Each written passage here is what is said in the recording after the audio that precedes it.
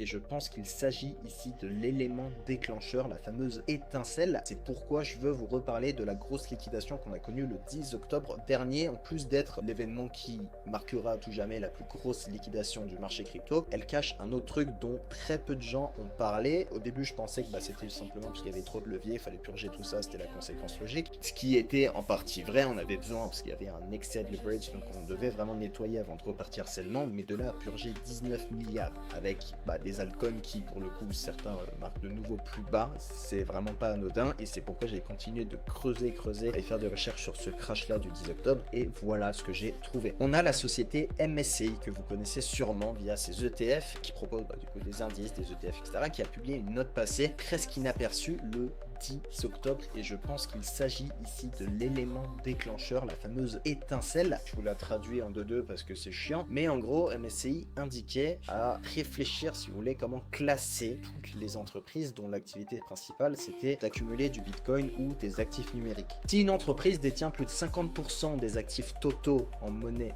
numérique, ou son activité ressemble à une trésorerie d'actifs numériques, elle risque de se faire bannir des indices mondiaux MSCI.